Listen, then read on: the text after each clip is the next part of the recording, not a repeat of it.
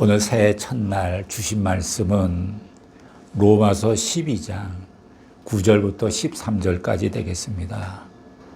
제가 먼저 9절을 읽습니다. 사랑엔 거짓이 없나니 악을 미워하고 선에 속하라. 형제를 사랑하여 서로 우애하고 존경하기를 서로 먼저 하며 부지런하여 게으르지 말고 열심을 품고 주를 섬기라. 소망 중에 즐거워하며 환난 중에 참으며 기도에 항상 힘쓰며 함께 읽습니다. 성도들의 쓸 것을 공급하며 손대저 하기를 힘쓰라. 아멘.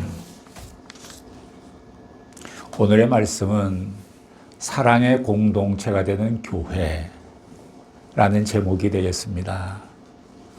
하나님께서는 세상을 창조하실 때에 모든 사람을 똑같이 만들지 않으시고 각각 다르게 창조하셨습니다. 바닷가의 모래알들도 그렇게 수없이 많지만 다릅니다. 하늘의 그 수많은 별들도 또 다릅니다. 우리가 들에 핀 꽃도 보면 모두 모양과 크기나 색깔이나 향기가 다 다릅니다. 열매들도 마찬가지입니다. 이 하나님의 창조의 솜씨가 참 놀랍지 않습니까?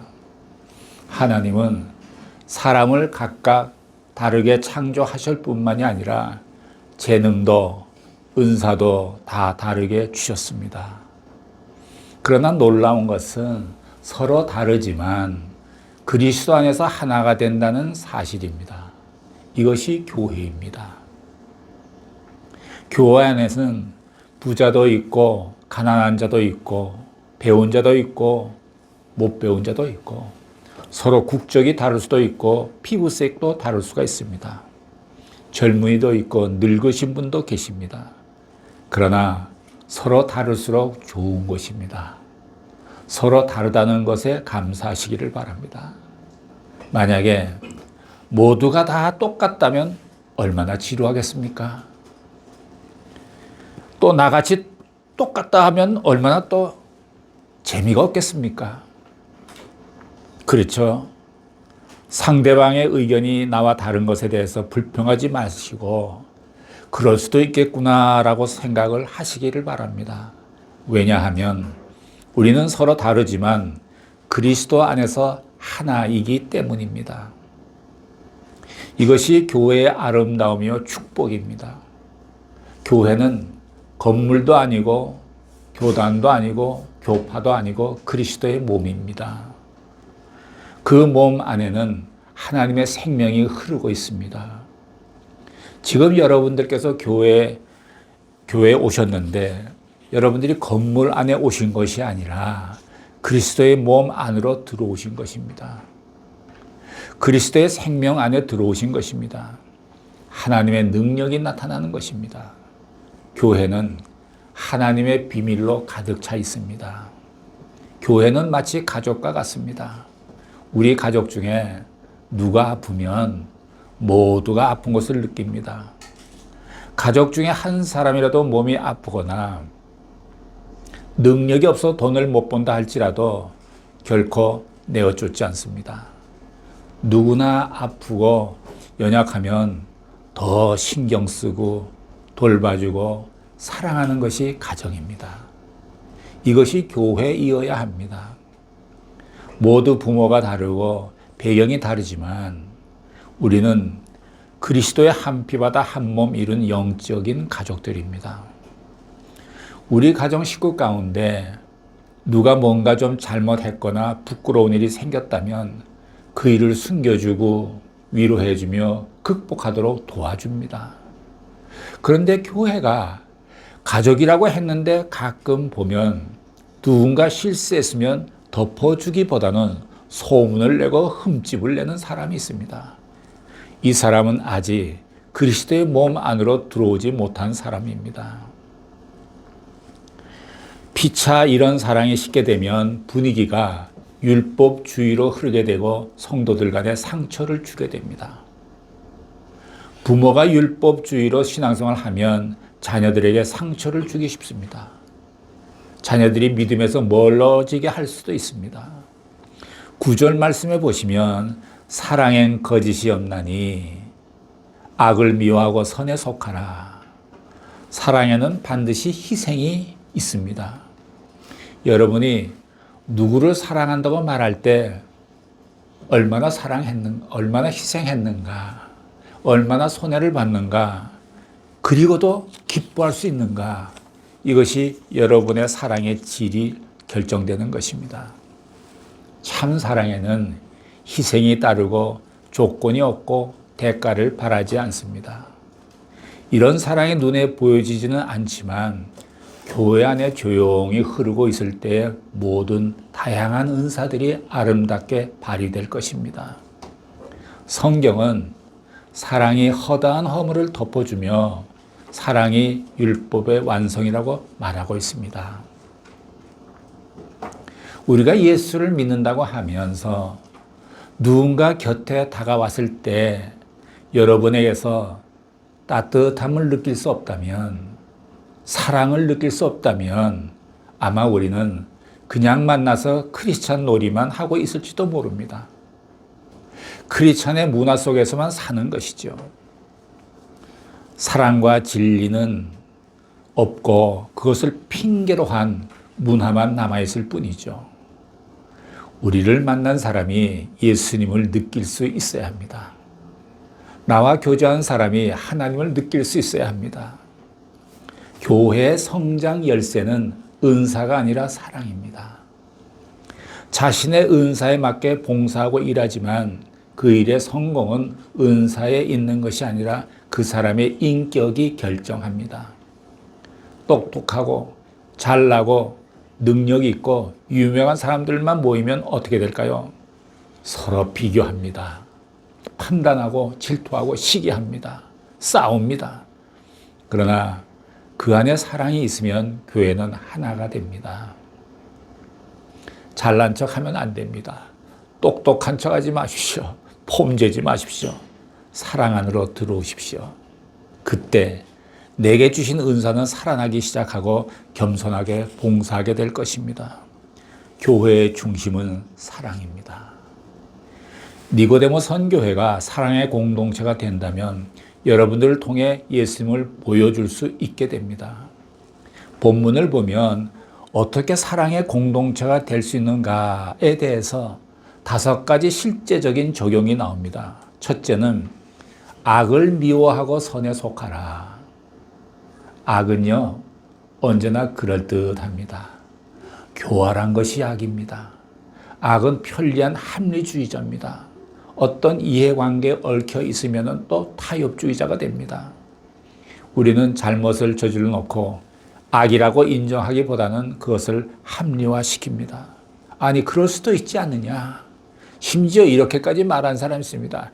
아이, 하나님도 내 입장이 돼보세요. 날 다 이해하실 거예요. 악은 교묘하게 우리에게 접근해서 유혹합니다. 아담과 이브에게 교묘하게 접근했듯이 아주 설득력 있고 합리적이고 타당성 있게 자연스럽게 명분까지 세워가면서 유혹합니다. 그래서 거의 모든 사람들이 쉽게 넘어갑니다. 그러나 선은 두 얼굴을 가지고 있지 않습니다. 언제나 정직합니다.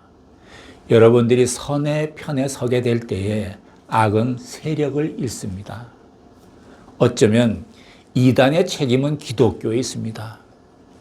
기독교가 제대로만 서 있었다면 이단들은 존재할 수 없습니다. 오늘의 본문 10절을 한번 보시면 10절 함께 보실까요? 시작. 형제를 사랑하여 서로 우애하고 존경하기를 서로 먼저 하며. 우리들은 내가 사랑하면 나도 사랑하지. 내가 먼저 사과하면 내가 용서해 주지. 뭐 이렇게 말합니다. 이렇게 되면 아무 일도 일어나지 않습니다. 아랫사람, 윗사람을 존경하는 것은 당연하지 않습니까? 그러나 윗사람이 아랫사람을 존경하는 것이 참 존경입니다. 인정하고 싶지 않은 사람이라도 인정해 보려고 애써 보십시오. 10절에서 사랑하며 우애하고 존경하기를 서로 먼저 하라. 먼저 하라. 이 먼저라는 말이 중요합니다. 다음에 11절을 보시면 시작. 부지런하여 게으르지 말고 열심을 품고 주를 섬기라. 세 번째입니다. 사랑하면 부지런해집니다. 연애 편지를 쓰려고 해도 부지런해야 합니다. 사랑하면 감각이 살아납니다. 사랑하면 설레이는 마음이 생깁니다. 그 설레임은 사람에게 활기를 주어요. 사랑할 때 꽃의 아름다움이 내 눈에 들어옵니다. 비참하고 속상하고 피곤할 때는 눈이 보이지 않습니다. 그러나 내 안에 사랑이 생기기 시작하면 눈이 반짝이고 온몸의 세포가 살아 움직입니다. 누가 나를 혹시 면박을 좀 준다 할지라도 신경질 나지 않습니다. 사랑하면 게으르지 않습니다. 네 번째 사랑의 공동체를 만드는 비결은 12절에 있습니다. 12절 보시죠. 시작. 소망 중에 즐거워하며 환난 중에 참으며 기도에 항상 힘쓰며. 이 세상이 아무리 험악하다 할지라도 미래가 있는 사람은 외롭지 않습니다. 약속이 보장된 사람 결코 고독하지 않습니다. 우리는 죽으면 천국 간다는 믿음이 있습니다. 이것이 축복입니다. 소망이 있는 자는 즐거워합니다. 행복합니다. 기다릴 수 없다면 그것은 믿음이 아닙니다. 여러분은 기다릴 수 있습니다. 왜냐하면 약속이 있기 때문입니다. 믿음이 있는 사람은 어떤 환경 속에서도 오래 참습니다. 정말 당신이 사랑한다는 증거는 기다려주고 오래 참는 것입니다. 약속을 믿고 기다리는 사람은 시간을 계산하지 않습니다. 연약한 성도를 기다려주는 것이 교회입니다. 기다릴 때 해야 할 것은 기도입니다. 마지막 다섯 번째는 13절에 있습니다. 함께 보실까요? 시작. 성도들을 쓸 것을 공급하며 손 대접하기를 힘쓰라. 예수님을 만날 수 있는 비결은 낮은 데로 내려가는 것입니다. 나누고 베풀고 살면 하나님을 느낄 수 있습니다. 나누고 베풀게 되면 수학적으로 계산하면 내게는 마이너스입니다. 그러나 영적으로는 부유해집니다. 영혼이 잘 되면 범사에 잘 되는 축복이 있습니다. 나중에 보니까 내가 엄청난 플러스가 되어 있는 거예요. 신비해요. 그릇을 비우면 더 넘치도록 채워주는 것이 하나님의 경제입니다. 먼저 주라. 그리하면 내가 차고 넘치도록 더해 줄 것이다. 너희는 그의 나라와 그의 의를 구하라. 그리하면 이 모든 것을 더하여 주시리라. 이 말씀으로 순종해 보십시오. 이론이 아니라 순종이 중요합니다. 저는 그래서 얼마 전 오래전에 이런 생각했어요. 이 말씀을 보면서 이게 나누고 베푸는 게 잘 안 되더라고요. 그래서 한 번은 이렇게 생각했습니다. 1년에 내가 나누고 베푸는 것에 예산을 한번 세워보자. 그래서 예산을 세웠습니다. 그랬더니 그게 나누게 되더라고요. 나누게 되더라고요. 이상하게 나누고 베풀면은 어딘가 모르게 하나님이 또 도와주시고 축복해 주시는 게 있더라고요. 그래서 내가 느꼈어요. 나누고 베푸는 것이 하나님의 경제 원칙이구나. 전혀 나누고 베풀지 않고 산다면 그냥 뭐 자기 노력으로 사는 거죠. 그렇지만 나누고 베푼다면 자기 노력에 플러스 하나님의 축복이 더해진다는 것을 저는 아주 절감을 하고 있어요. 그래서 여기 말씀이 있는데 이 13절 말씀이 이게 사실은 하나님의 경제 원리 같아요. 11조 헌금도 그래요. 수입이 생기면 먼저 11조를 딱 떼어놓아야지 그게 드릴 수가 있지, 쓰다가 나중에 내지 하면 이게 못 드립니다. 하기가 어려워요. 사실 신약 시대에 와서 11조는 절대 의무는 아니에요. 은혜요, 감사로 드리는 것이죠. 또 남을 배려하면서 살면 기쁨이 찾아옵니다. 사람을 만날 때마다 여러분들 이렇게 생각했어요.